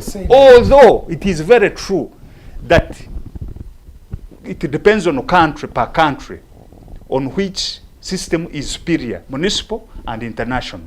Other countries, international systems, international law is higher than municipal law. Complete your submission, sir. Anyway, I just wanted to clear that, that international law are negotiated instruments and states even have right to. Anyway, for example, in gender issues, most international laws, Arab countries have made reservation on provisions which put a man equal to A woman. all Arab countries will say this provision, even under civil and political rights that you are citing, most Arab countries will say, we are not bound. Then how do you say that one is above your national law? Please, We are going to let's submit on Anyway, now about Are you not aware Charles, I'm going to request that them to there are mute your countries in microphone. the West Please, Charles, that take? Charles, please. I mean, if No. Charles, you can't it's miseducate. It's okay. Let him submit. That is his submission. now Let's respect each other. I want to do the basic simple things here. One, is there corruption in Uganda? Yes or no? There's corruption. Two, does NRM acknowledge there's corruption? Yes or no? It does. Three, does NRM condone corruption or it does? It does condemn. Four, does NRM support peaceful demonstration? It does. So what are we talking here? President Museveni is on record on saying, first of all, it is on record that there has ever been anti-corruption march here before. Yes or no? Yes. There was. The anti-corruption walk. Walk. President Museveni has said we can even do it again. He has said that to avoid inconveniences, we can even organize a Sunday when the city is free and we walk. So what is our point of departure? He said we can do it. He has even said that Nakalema can even help to organize a bigger demonstration, anti-corruption demonstration. At Kololo. When you demonstrate, you walk to Kololo. You don't come from you don't drop from heaven to Kololo. It is a range, you walk from point A to Kololo. So if I want to walk tomorrow, why does that mandate me to play with fire? Why is it that I'm playing with fire? Please, I will reach there. Now, the other thing is, as you all know, I've been in Chankwanzi for a cabinet, permanent secretary, and central executive committee of the ruling party retreat. The window I attend that high-level retreat is because I'm a director at the ruling party, and therefore I sit on SEC. So that is the window. President Museveni was very, very clear on corruption war. This is to acknowledge the fact that we do recognize there's corruption and we must fight it. Okay? Now, the issue of demonstration is a methodological or a procedural aspect. How to do it. It's not whether to do it or not, but how to do it. If demonstration is defined as expressing views, expressing feelings, expressing hunger against a particular subject called corruption, we are on the same page. So why are they the calling issue them is subversive activities? Yes, this one is because we have known before leaders in this country, like Dr. Besje, he's always here. Dr. Besje said he is not going for electoral politics, but he has set his mission on Musaja agenda kugenda. I'm going to remove Musaja. He said he's not going for electoral politics Because anymore. every time he goes for electoral politics, you Two, know what happens to him. there are leaders who have set a time target to their followers, saying within this time, I will remove Museveni. And not removed by electoral politics, by other means. And that is unlawful. So therefore, the protection in this system is leaders who want to mess up the otherwise genuine Uganda claims, like portrayed by When him. do you say they're trying to mess up? How are they trying to mess up? How do you know that they are messing up? You've not even given these people a You chance. see, when somebody says this is not Kenya, it's saying that the nature of demonstration that you want to express anger against corruption, to show to the world or to the country that you are against it, the intelligence gathering reflects more than that. The intelligence gathering of information reflects more than that. That somebody wants to front as a demonstration to this, and yet the hidden motive and the backers are different. The backers are tied to leaders who are saying, we shall remove Musaja. Do you know that there are abductions happening, as I come to you, Joseph? Do you know there are abductions happening around the activists who are behind that particular campaign? For example, which campaign? Kajambia, the march to parliament. Kajambia was abducted yesterday, in the wee hours that made. I'm hearing from you. Yes, I'm informing you. Nambasa Shamim, nobody's seeing her. So, is this particular march, is that a reason for people to be abducted? That is what I'm telling you. I am saying, if the march to express anger against corruption is what the congressman says, please don't go drunk, please don't carry stone, please don't be violent, please don't we agree. Even Museveni agrees. Agree. Museveni is saying, Museveni has even said, to express this, we can even get a Sunday when the town is free and we demonstrate as much as we want. He has said it. Does that validate the point here is guarding against other infiltrators who would want to misuse the demonstration. Otherwise, I started from simple, basic. Is there corruption in Uganda? Yes. Does NRM admit there's corruption? Yes. Do we want to fight it? Yes. Is demonstration lawful? Yes. The process is now the methodology. Where is the thin line between the peaceful protest and the infiltrations he's talking about? Because nothing has even happened yet. So you want it to happen, then we... Because what the organizers are you want it to first happen. No, they're saying this is peaceful. For you, you've already started to take people. So that's why I'm saying there's intelligence gathering. But are you the judge and juror to know that now? The president is the consumer of all intelligence. Okay, so that means he's the ultimate judge. I've told you, NRM, demonstrations are demonstrations, and by their own nature, I can have cause to demonstrate. They don't necessarily have to be related to, some of our good friends in the back room. They don't have to be the same with you. And if I choose that I want to demonstrate against corruption, and my focus is Parliament, that's my basic right. It's not up to Mr. Museveni, who is actually the head of the corruption organized groups, considering the fact that his cabinet has got 22 people who are suspects who should be in Luzira.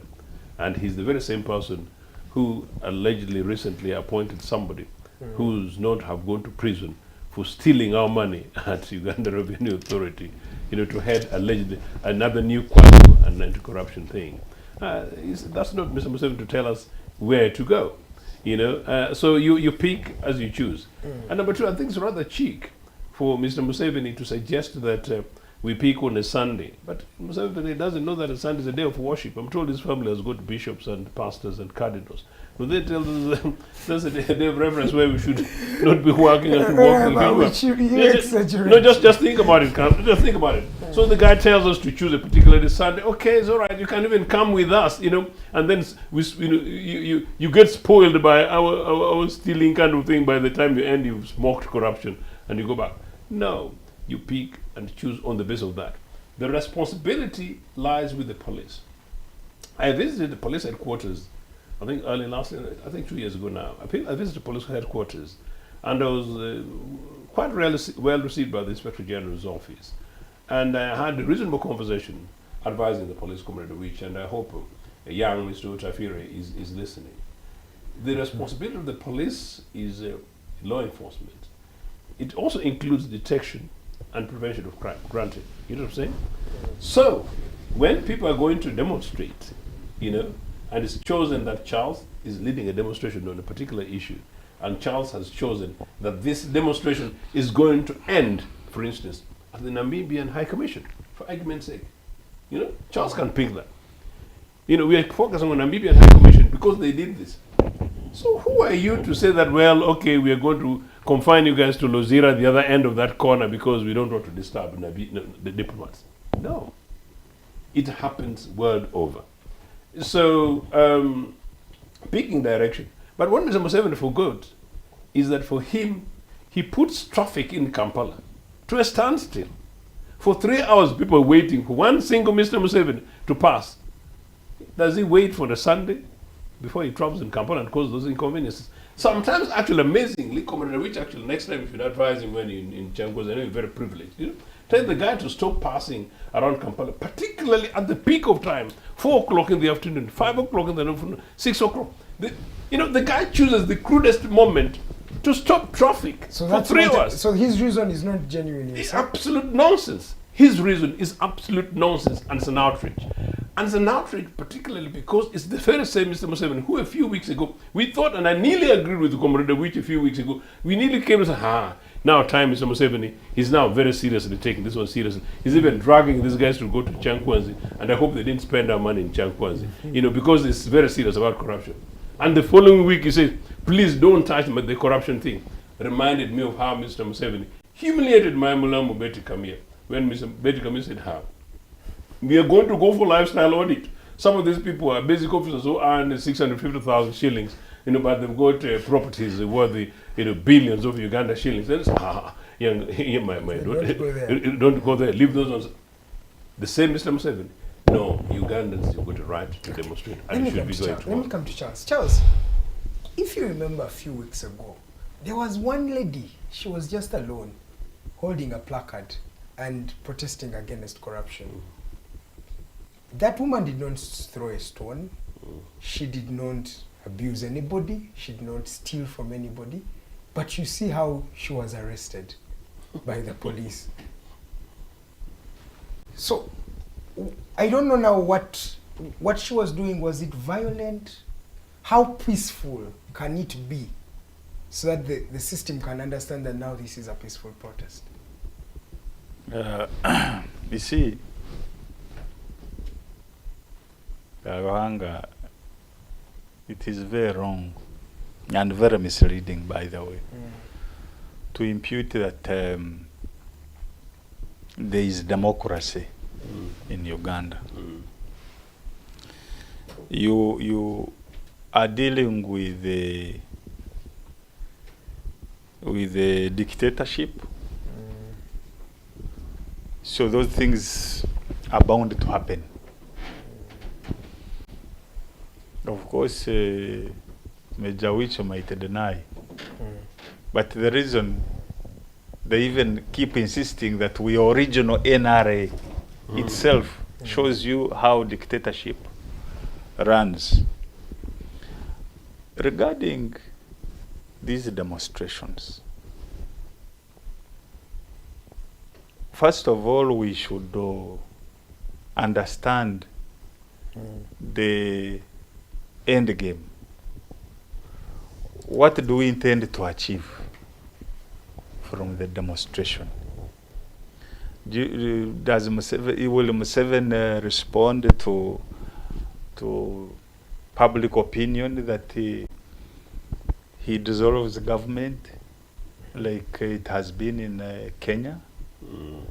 He will not. He fears. He believes in his gun and he knows his gun will protect him. Or he thinks so. What therefore can be achieved? Can he be removed forcefully, beginning with these protests? Because that is also possible.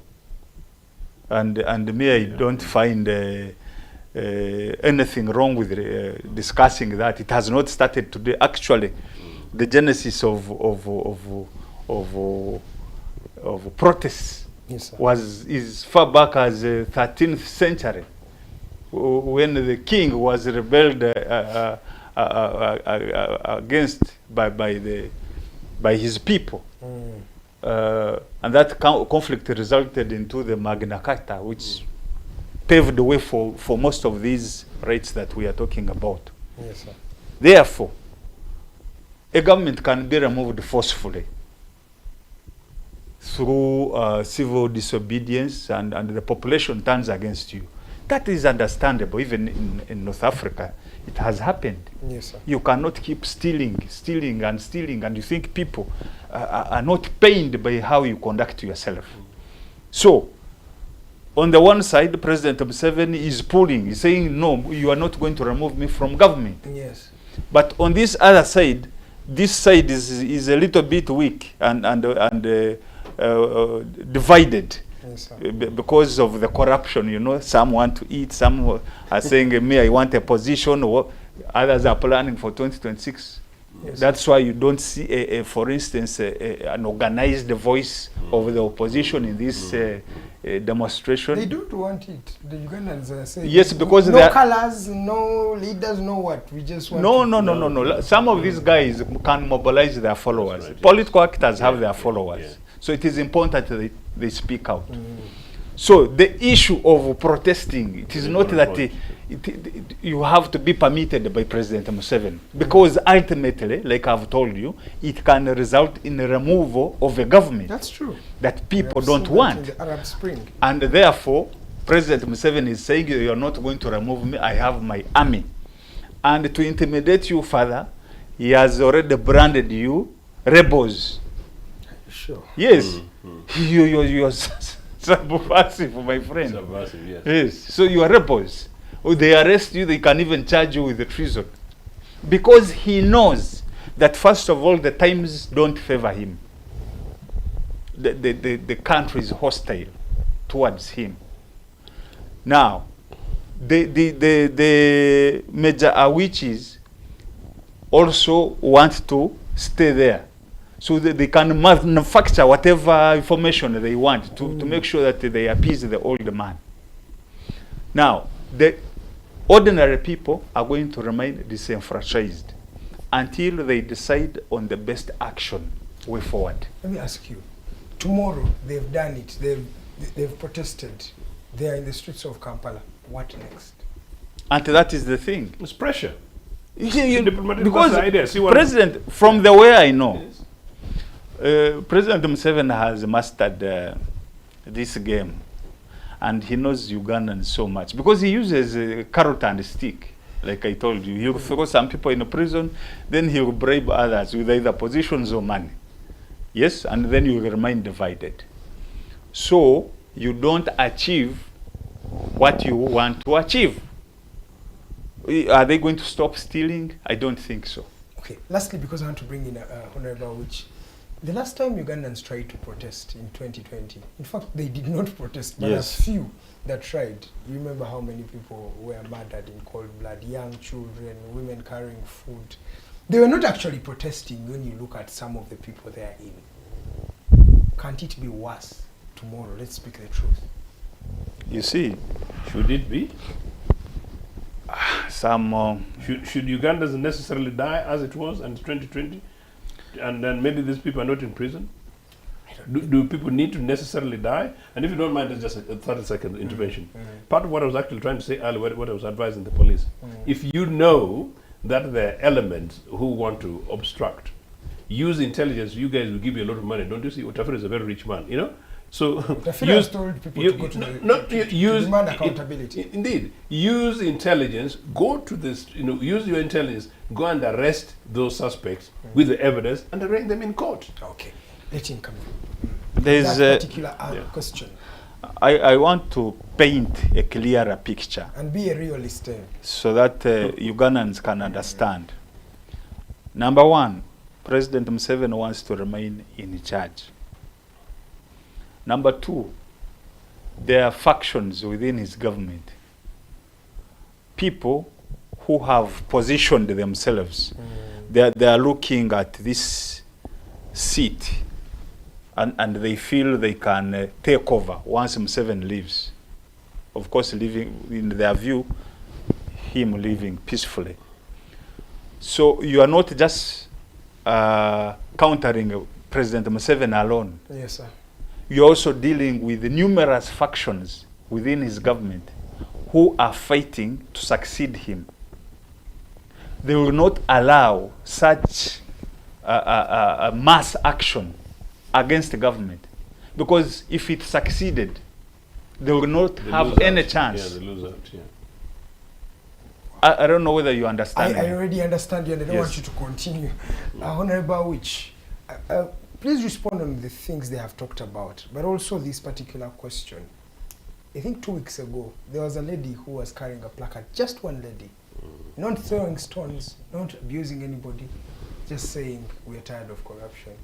This lady was incarcerated. I don't know if she's released yet, but she was incarcerated by Uganda police. To what extent do you see, how do you discern peacefulness, especially when protesting? You have 2 questions there. Yes, sir. The first question is on the lady per se, and the second question is how to differentiate peaceful or non-peaceful How the demonstration. police think so? The Now, on the question of the lady, I read it, and I don't think I have the authority to talk from the media perspective, but I think it needs a case-by-case study of this matter.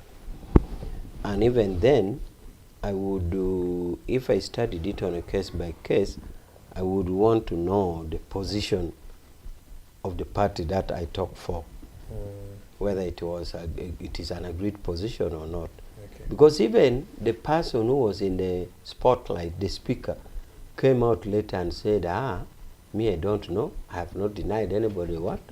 The freedom to demonstrate. I have not ordered any arrest. So the pointing finger was at the speaker, who came and denied. So, therefore it means that even now, since I said the position of the party on this particular matter is not clear, it means even the position of Museveni would still not be clear. Would he be okay with an arrest of a lone woman on the street? Did he also say, could he have said what happened, why? So What is it the is opinion unclear. Of Awich as a person? My opinion is that a lone demonstrating peaceful woman should have been protected by the police to protest and go back home. In fact, if she's tired, at her own request, the police could have taken her home. In other words, I'm saying she should not be forced back home by the police. That is my opinion. Yes, sir. But as I'm saying, it's a matter that needs to be dug further. What were the circumstances? And I would even want to have known what would have been the views of President Museveni, because my views should not conflict with that of President Museveni, but I don't know now. But you ask me my view in my consciousness, and I've told you my view. If it conflicts with that of the President, then that I will later on be bound by his position, but this is my consciousness. That the woman should have been protected and not done anything. Now, on the issue of peacefulness or not of a demonstration, the elementary one is that destruction of property. Some people, while marching, they go and grab people's things, even from shops, including watches or whatever would be around, okay? Others, edible things. It did happen in behind Makere Kikoni one time. They ate everything. They ate everything around in that Sao Paulo Kagwa road. So things that are taken, like goods in shops, things that are edible are taken, and there's vandalism. That is to show it is not peaceful. But also, the intelligence aspect that I told you, that somebody would be saying, let's go to parliament, we cause circus, we even pray that police shoots one of us. Can you imagine praying that there should be a shot? And then once one of us is injured, then we graduate the demonstration to something else. So that is what it means by peacefulness or not. I've stated 3. Grabbing it, taking property, vandalism, but also the inherent aspect that intelligence gathering would be saying, we are using this for omusaja agenda kugenda. That is when you know. But is it bad when the people decide omusaja agenda and they protest? Yes, and that is what I wanted to come to by saying, he insisted by justifying a removal of a government. Let's assume it wasn't even NRM. Assuming it was UPC, which was in power.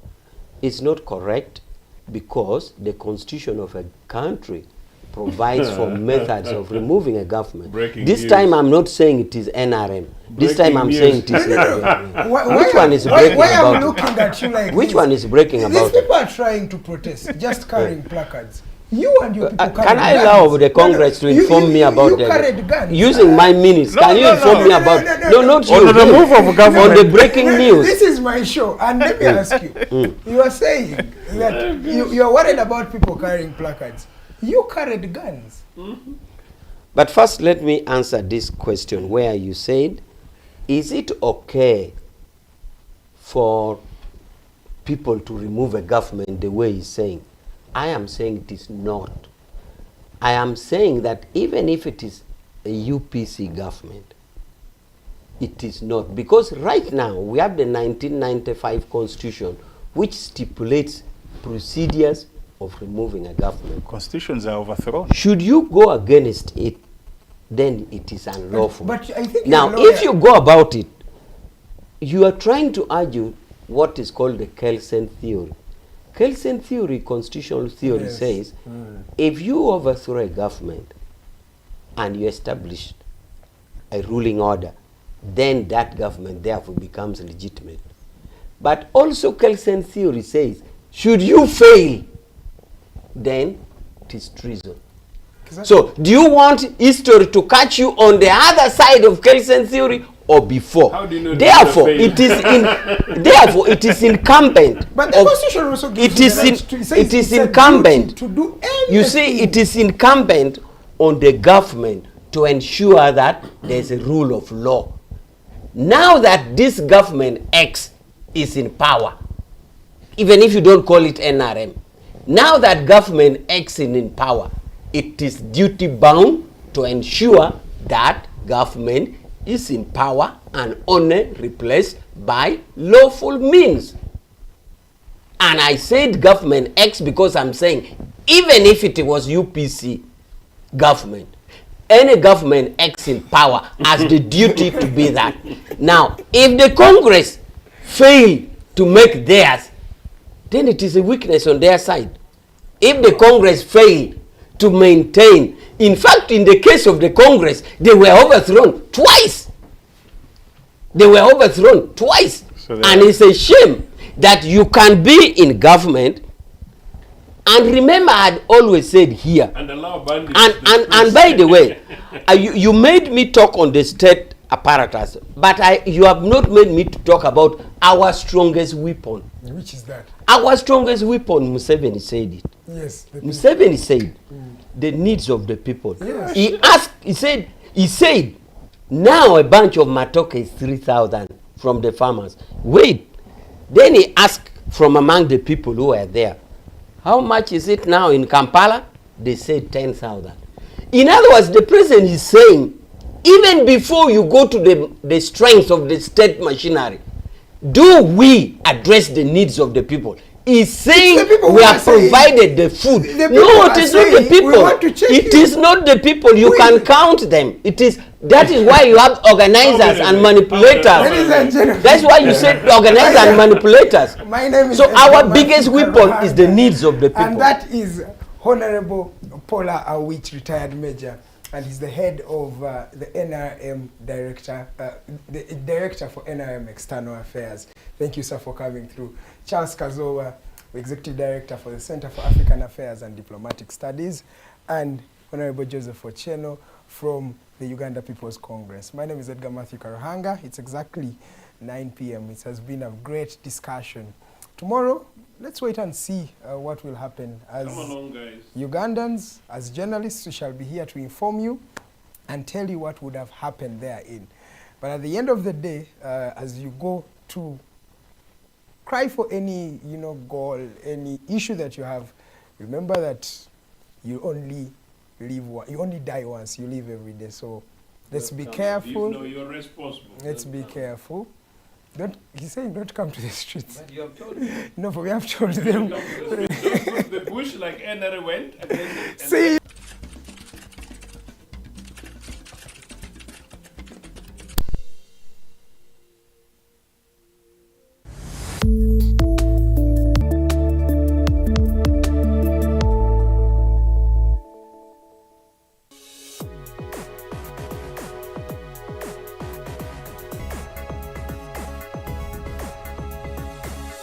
The Alternative Dig Talk. Real issues, real talk.